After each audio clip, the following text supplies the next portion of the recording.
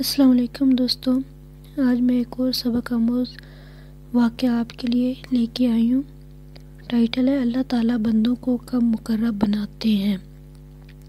حضرت سیدنا موسیٰ علیہ السلام کا ایک واقعہ مولانا رومی نے لکھا ہے کہ اللہ پر آپ کی وحی آئی کہ اے موسیٰ، ہم نے تم کو اپنا مقرب بنا لیا ہے اور تم کو اپنے لیے چن لیا ہے۔ حضرت موسیٰ علیہ السلام نے عرض کیا کہ اے پروردگار، وہ کیا خصلت ہے جس کی بنا پر آپ اپنے بندوں کو اپنا برگزیدہ مقرب بنا لیتے ہیں؟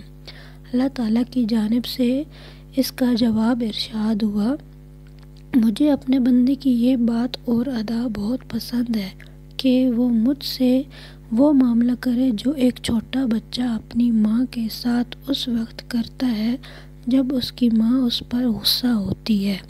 اس وقت بچہ اپنی ماں کے ساتھ کیا معاملہ کرتا ہے، اس کو سنیے۔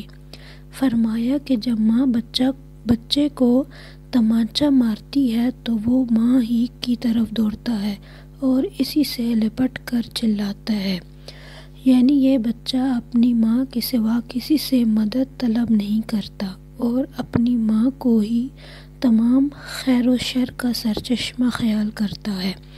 اللہ تعالیٰ نے فرمایا کہ اے موسیٰ، یہ ہے وہ ادا جس کی وجہ سے میں بندے پر عنایت کرتا ہوں۔ اس سے معلوم ہوا کہ اللہ تعالیٰ کو بندے کی یہ ادا پسند ہے کہ وہ صرف اسی کو پکارے اور ہر وقت اسی سے لو لگائے، چاہے جو بھی مشکل یا پریشانی ہو۔